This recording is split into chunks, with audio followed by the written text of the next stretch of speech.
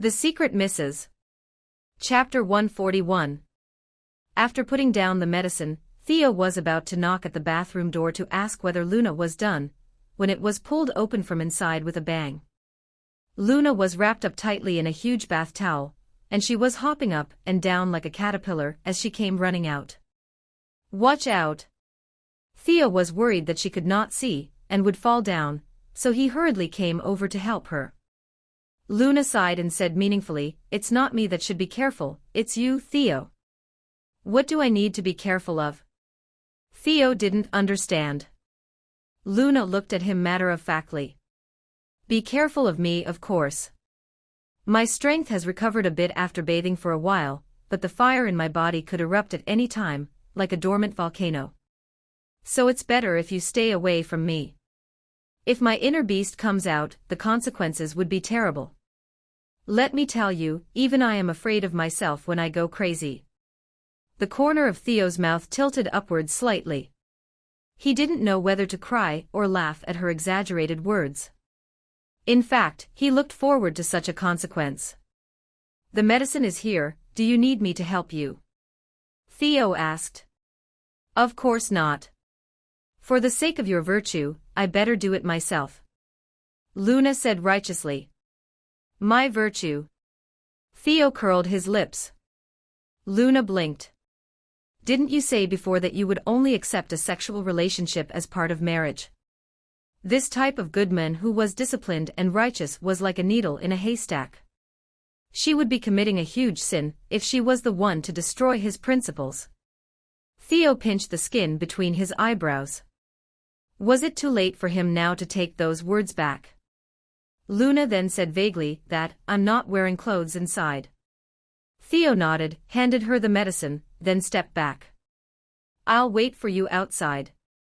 "Okay, oh by the way, please help me see if my own clothes and bag are outside." "Okay." Theo walked into the living room, and after a short search, found a clothes basket in one corner with all of Luna's things inside. There was a flash of light inside her bag. It was an incoming call on her phone, which she had muted. Theo took a casual glance, and in the next second, his pupils abruptly contracted. 2 letters flashed clearly on the caller display, YS. It was the man whose identity he hadn't been able to discover until now. The call didn't cut off, and the screen kept flashing. Theo stared at it for 10 seconds, then with slender fingers, picked up the phone, and pressed the button to accept the call. On the other end of the line, there was a faint sound like someone pouring wine, and then came a husky male voice.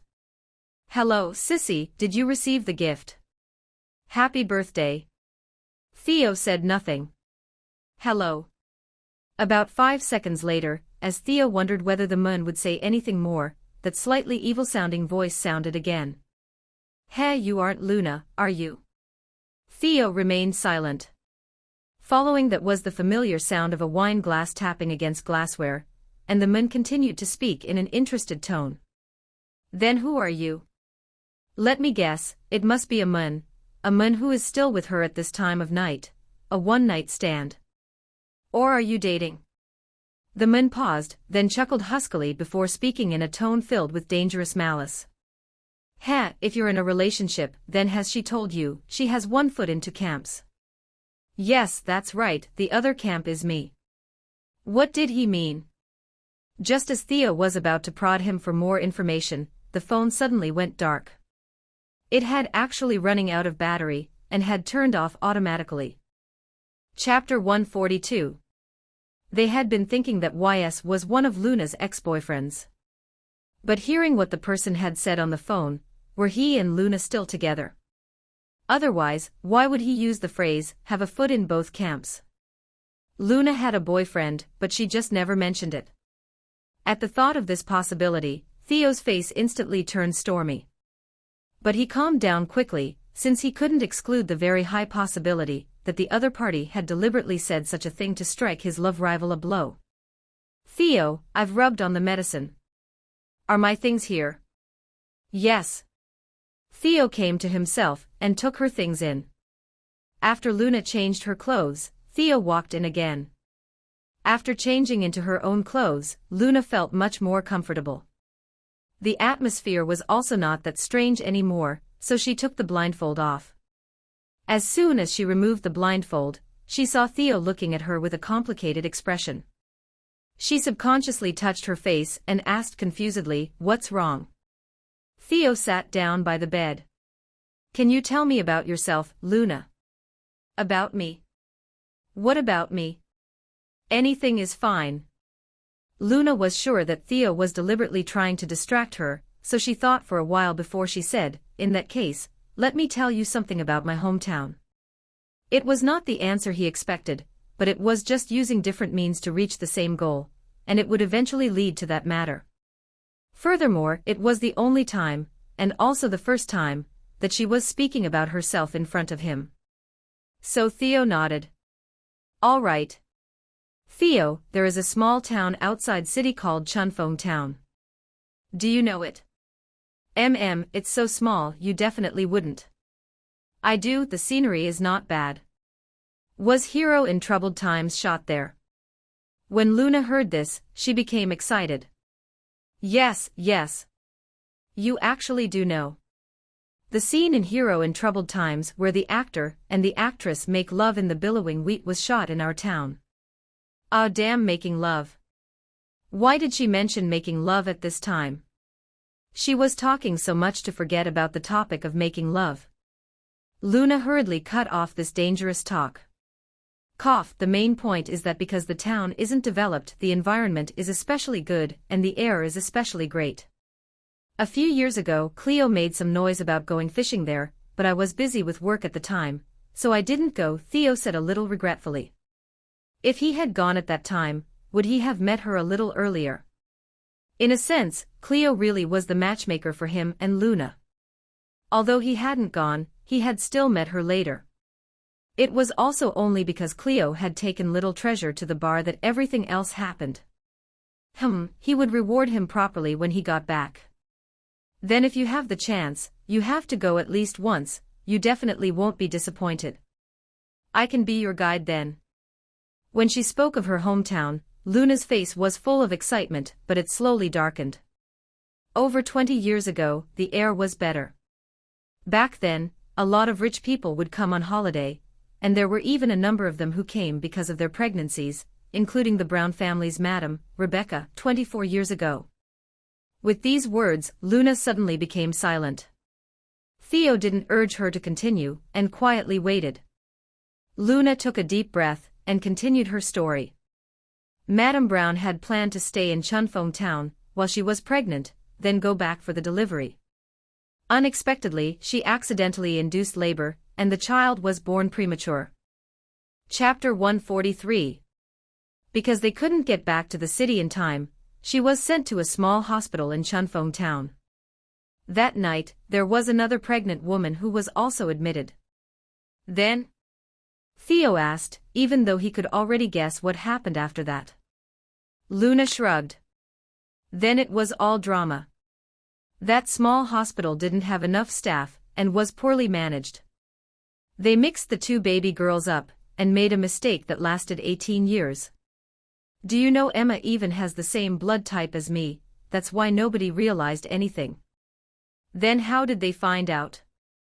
Luna turned her head and smiled at Theo. As for that, it was thanks to my wild second uncle. Thomas Brown. Theo had heard of this person, but didn't really know him. He only knew that back then, he had been a well-known playboy in the capital. That's right, my second uncle was a total player, and he was still fooling around with women outside even after he got married. He messed up a lot of lives and in the end, had 1 son and 3 daughters in total. The Brown family wasn't sure if it was a feng shui problem, but in this generation, Robert and Thomas just couldn't have boys, so that illegitimate son of my second uncle became the only male Brown heir in my generation.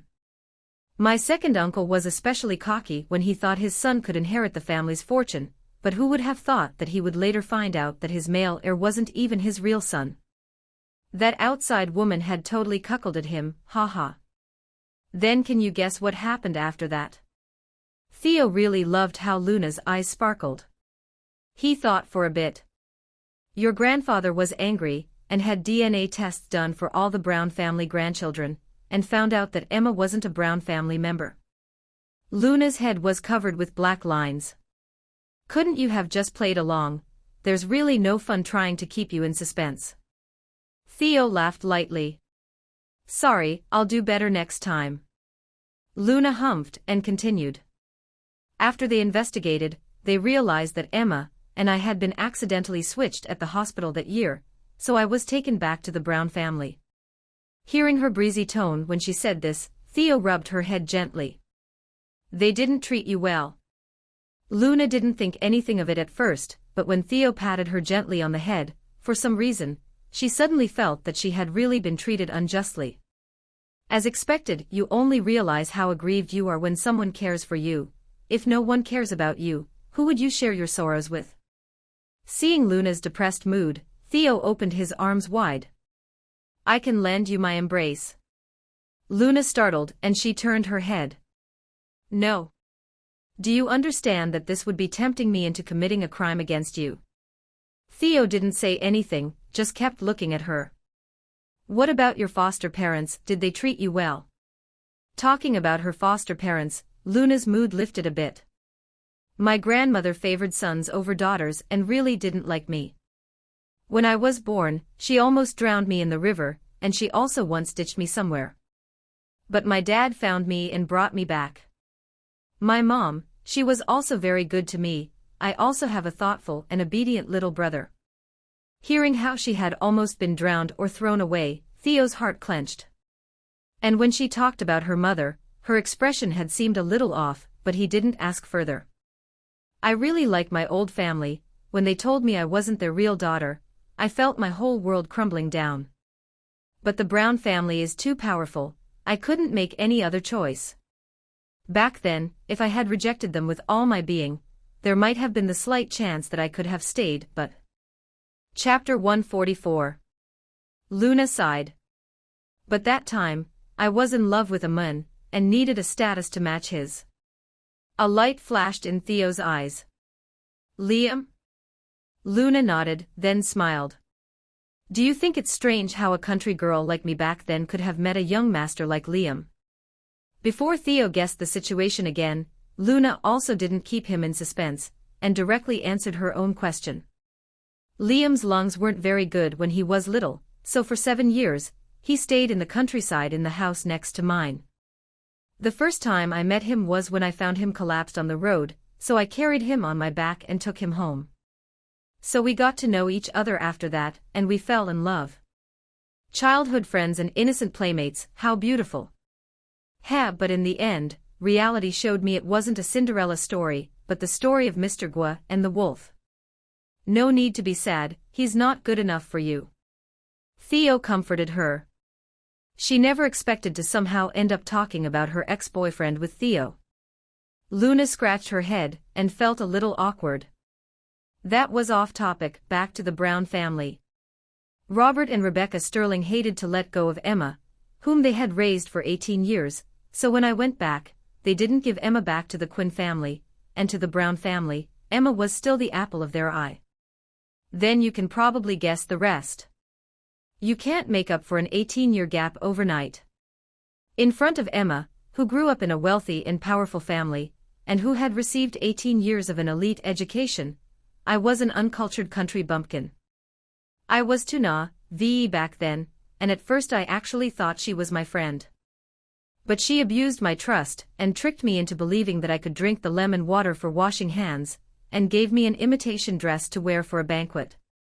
One by one, she used these tricks to drive me out of the Brown family's social circle. The people in the circle were all already familiar with Emma, and were all on her side. They treated me well on the surface, but in private laughed at me for being a hick. Even my own biological parents hated my existence, and felt that I was a stain on their name. Then it was Liam. After Liam, my reputation, my innocence, my dignity, the things most important to a girl, they were all ruined and destroyed. Luna slowly hugged her knees. Today on set, there was a problem with a prop. I accidentally used my sword to injure Emma. At the hospital, my mother, my biological mother, didn't ask me a single thing before she slapped me, and my biological father had nothing but blame and threats for me. Luna stared blankly outside the window at a night that was black as ink, and her voice sounded far away. For some reason earlier, everything I had been holding in for 5 years suddenly broke. I suddenly felt that everything was meaningless, that I was such a failure. Was it because I was so terrible that everyone hated me? Trying hard for so long, was it worth it? As soon as she finished, Theo suddenly grabbed onto her shoulders tightly.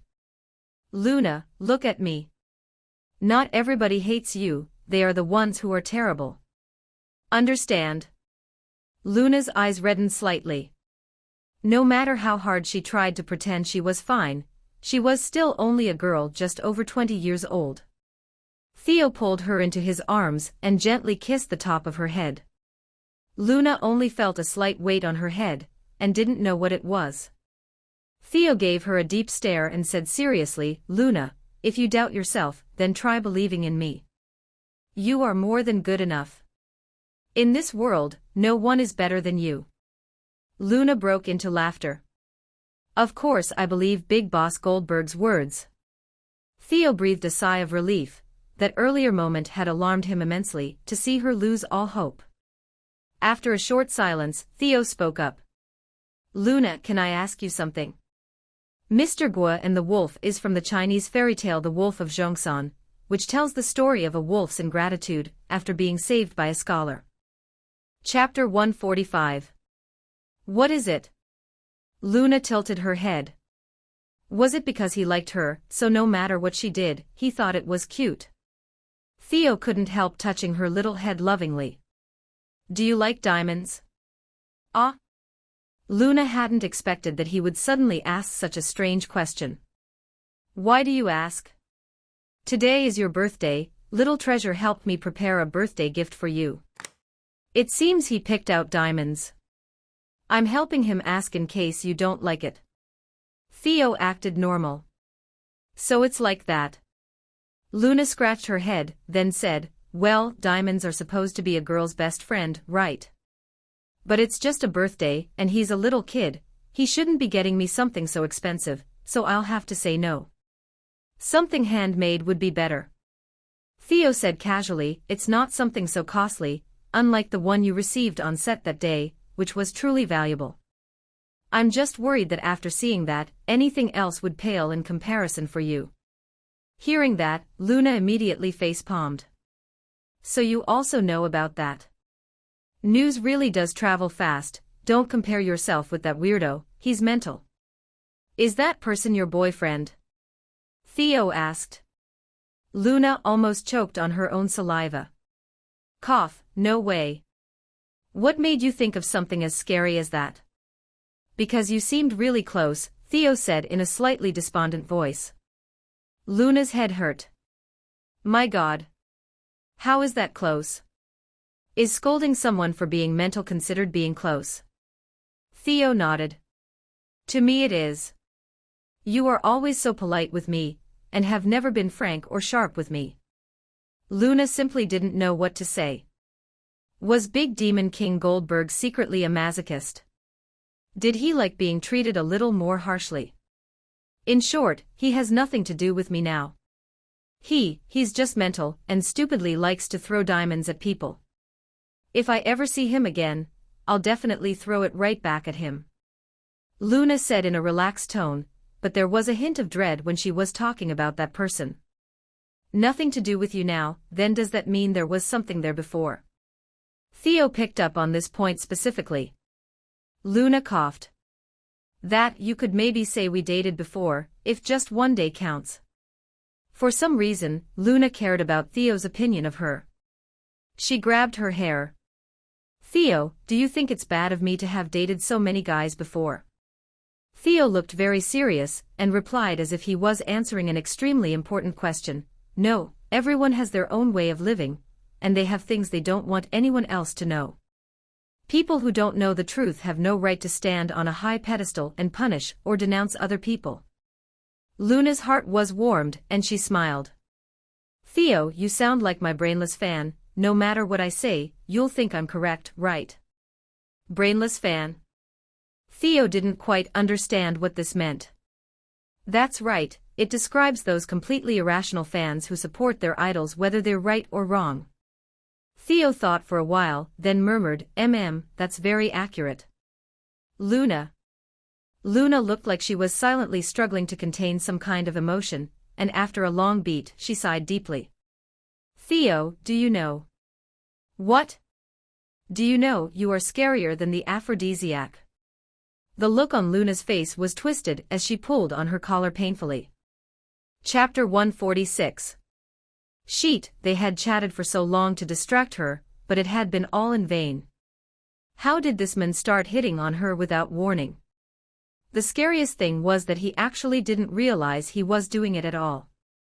If the saying was that no action was the best type of action, and no flirting was the strongest form of flirting, then this was the highest level of flirting, tui. Her brain was already in a mess, and she didn't know what weird things she was thinking about. Are you feeling unwell again? Seeing her condition, Theo's expression immediately turned tense. Luna rubbed her throbbing temples. It wasn't as simple as just feeling unwell. This tide that had surged again was scarier than the first one. In her eyes right now, Theo was just like the male lead in a shoujo series, who came with his own emotional background music and romantic pink cherry blossom special effects.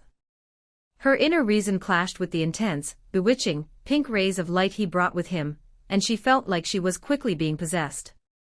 In just a few short seconds, Luna had started gasping for breath, and was sweating profusely. Seeing this sudden change, Theo's own expression immediately changed. Where does it hurt? Weren't you already feeling better? What kind of pain, is it that, or something else? Theo felt slightly embarrassed when he remembered what she said earlier about him being scarier than the aphrodisiac.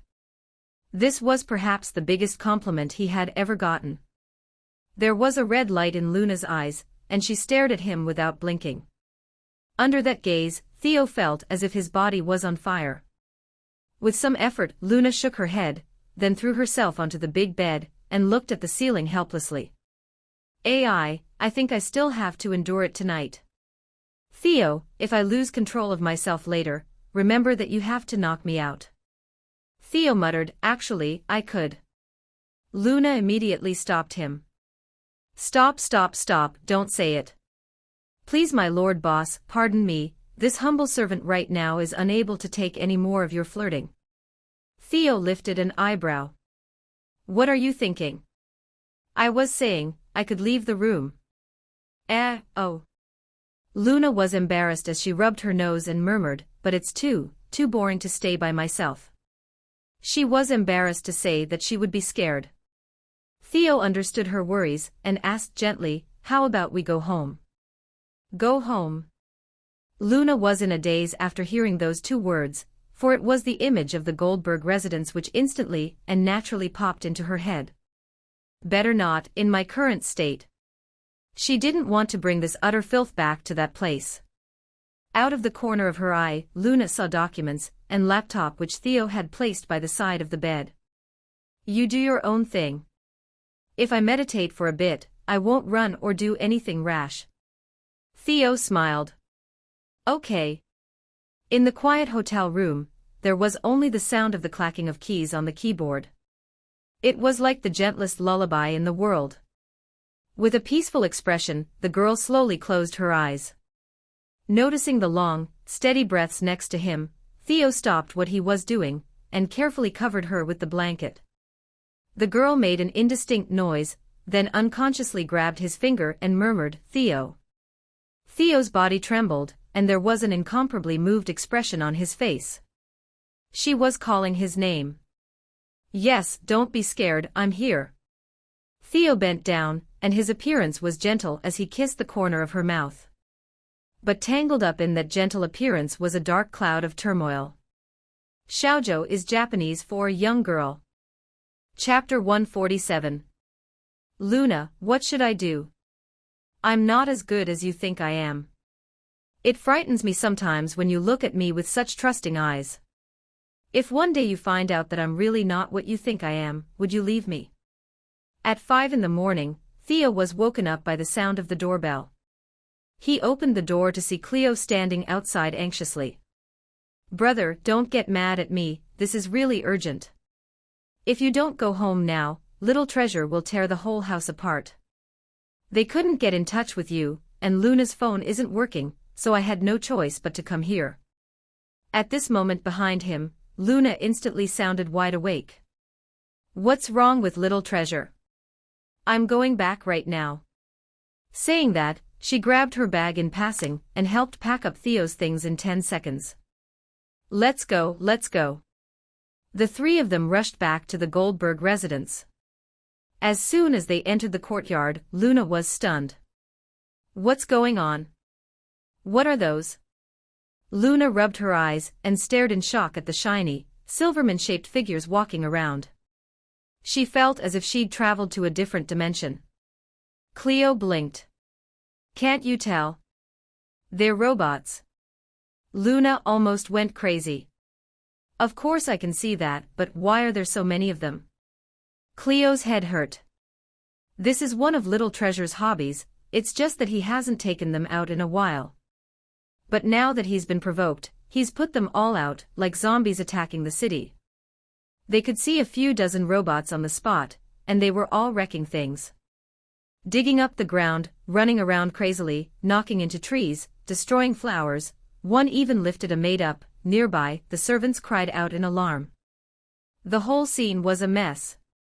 Seeing that the maid was about to fall out of the robot's arms, Luna opened the car door and rushed over to catch the girl before she hit the ground. Are you okay, Eliza? Eliza was still in shock as she patted her chest, then she looked at Luna thankfully. Thank you, Miss Luna. You've returned, please go see little young master quickly. At the Goldberg residence, all the servants, especially the maids, took a hostile attitude towards Luna, they just didn't dare show it in front of her. But Eliza had helped Little Treasure bring fresh juice to Luna on set often, so she started to get to know Luna more, and she felt that Luna wasn't taking advantage of the doting attention from eldest young master and little young master, and wasn't an overbearing bully for it. She was very modest and spoke well, so Eliza had a very good impression of her. Seeing how Luna had nimbly taken action as the hero saving the beauty, in the car, Theo had a helpless expression on his face. Cleo stuck his head out of the car window and cried plaintively, Luna, you're not supposed to do that. You stole my job. Ouch. Help. As he was speaking, a robot had clamped onto one of his arms. Brother, save me. Hurry up and turn these things off.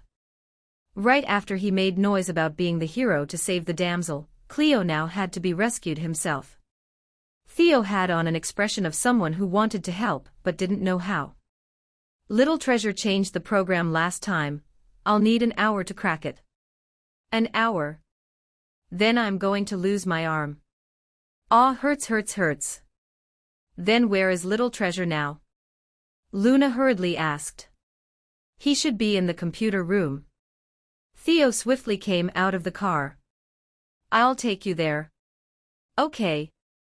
The two of them ran to the computer room quickly. Cleo watched their backs as they left. Two of you, hurry. Chapter 148. A moment later, Theo told the butler to prepare a small open-top car, similar to a sightseeing car, and swiftly brought her to a small, detached building behind the golf course. The shape and design of the house was utterly fantastic, it looked like it was made of glass or some unknown metal.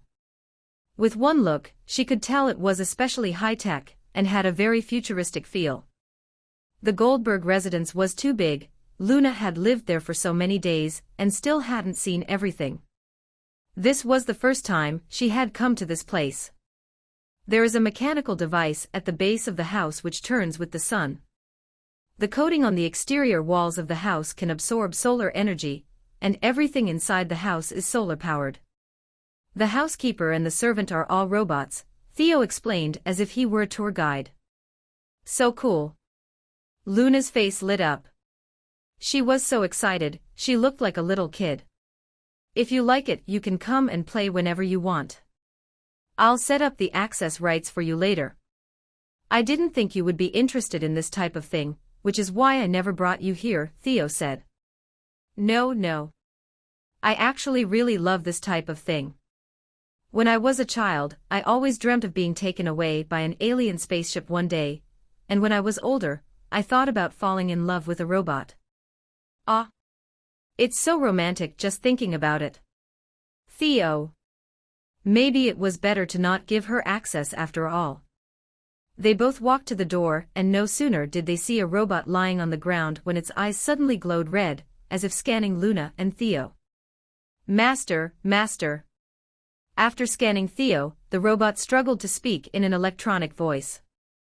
Master. Master.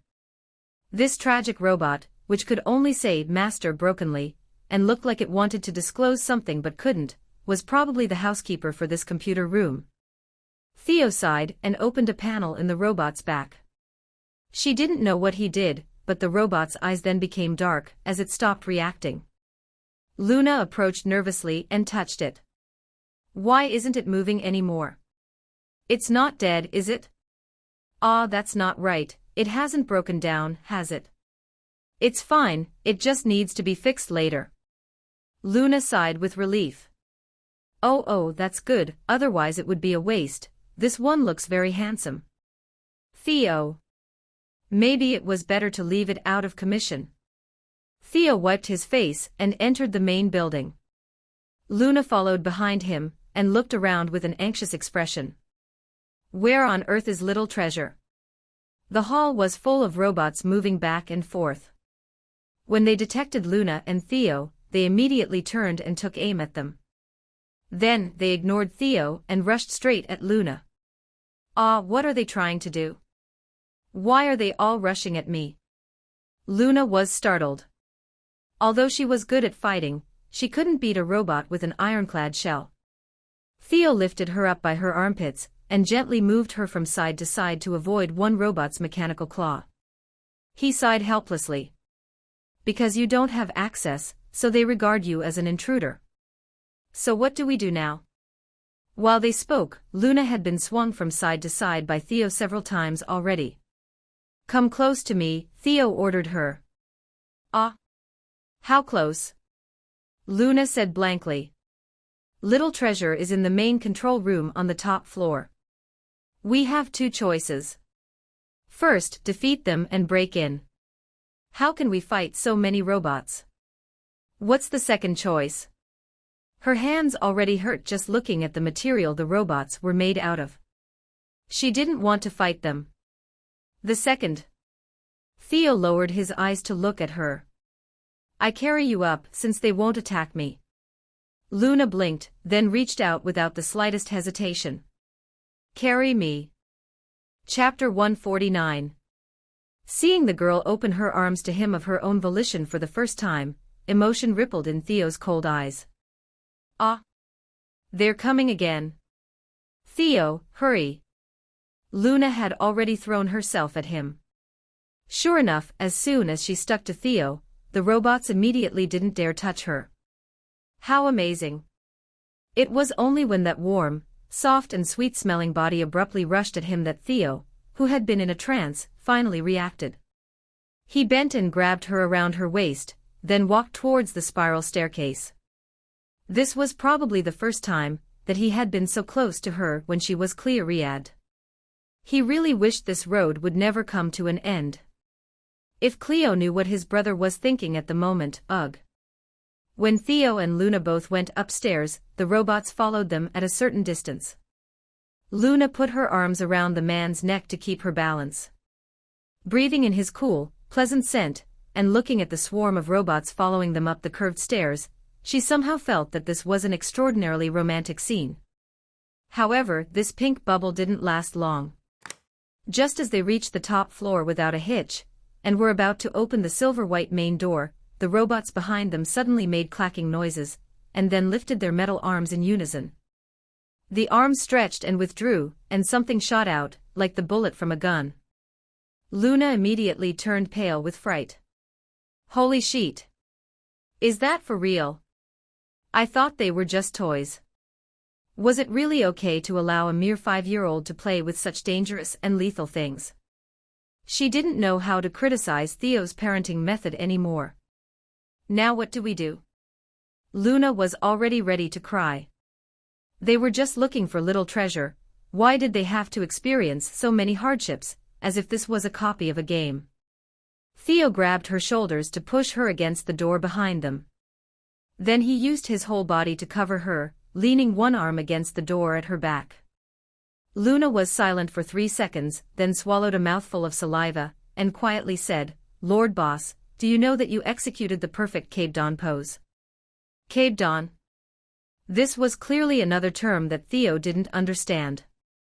Luna face-palmed. "My dear, flirting without meaning to is the most deadly of all."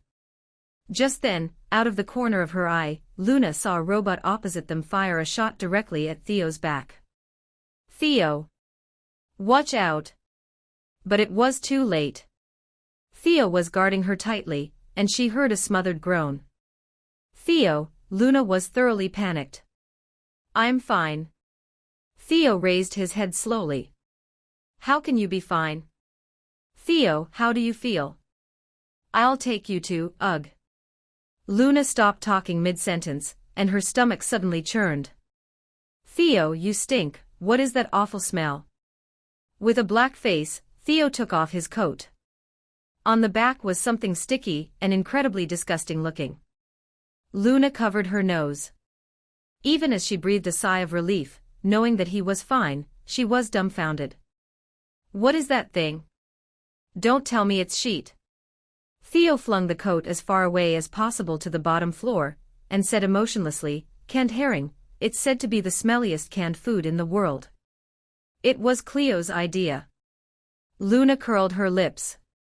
Second young master is indeed talented, it's not just smelly, it's really a biochemical weapon. As soon as she stopped speaking, the door behind her all of a sudden opened outwards on its own. Cape Dawn is a trope often used in romance manga/anime series whereby characters trap their love interests against a wall by leaning one or both arms against the wall beside them. In Japanese, cape means wall, and dawn is the sound of something hitting a wall. Chapter 150. Let's go. Theo held her hand and walked inside. It was an extremely natural gesture. Luna looked at their joined hands. Even though she knew that Theo was just worried that something else would happen, there was a small, strange feeling inside her heart. The lighting in the control room was really dim. The only illumination present was the cold light from dozens of working computers. Luna followed Theo as they walked past the computers and finally found little treasure beside the biggest machine. Beneath that colossal machine, with countless wires attached to it, little treasure looked so small as he sat in a custom-made chair and stared numbly at countless sequences flashing across the screen. Standing next to him was a robot that looked like a smaller version of him. In its hand, it held a gun barrel which was pointed in Luna and Theo's direction. Looking at the cold, lifeless expression on little treasure's face, Luna felt as if her heart was being squeezed tightly by iron claws, and she almost couldn't breathe from the pain. "Little treasure," she said shakily. Staring at the screen, the little guy didn't react at all. Luna was really scared. She had only heard Theo and the others talk about it before. She had never seen, with her own eyes, what little treasure was like when he was ill. "What should we do? This is all my fault." "Luna, don't blame yourself, it's all right, this happens to him quite often. Call his name a few times, and he'll be fine," Theo comforted her. In reality, it was only because it was Luna that Theo said that to her. If it had been anyone else, there was no way it would be that easy.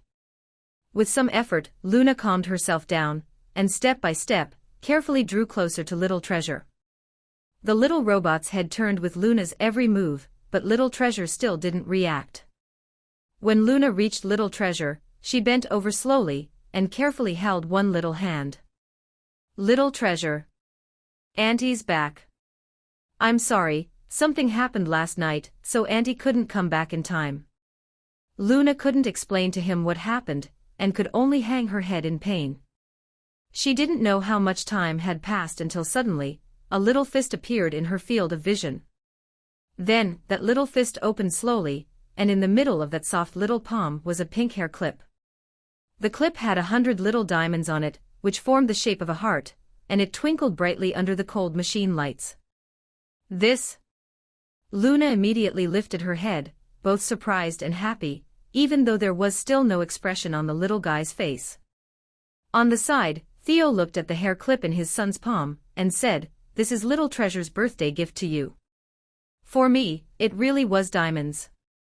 At that moment, Luna felt a little uncomfortable. Theo understood her feelings and explained, "They're just normal crystals and not expensive."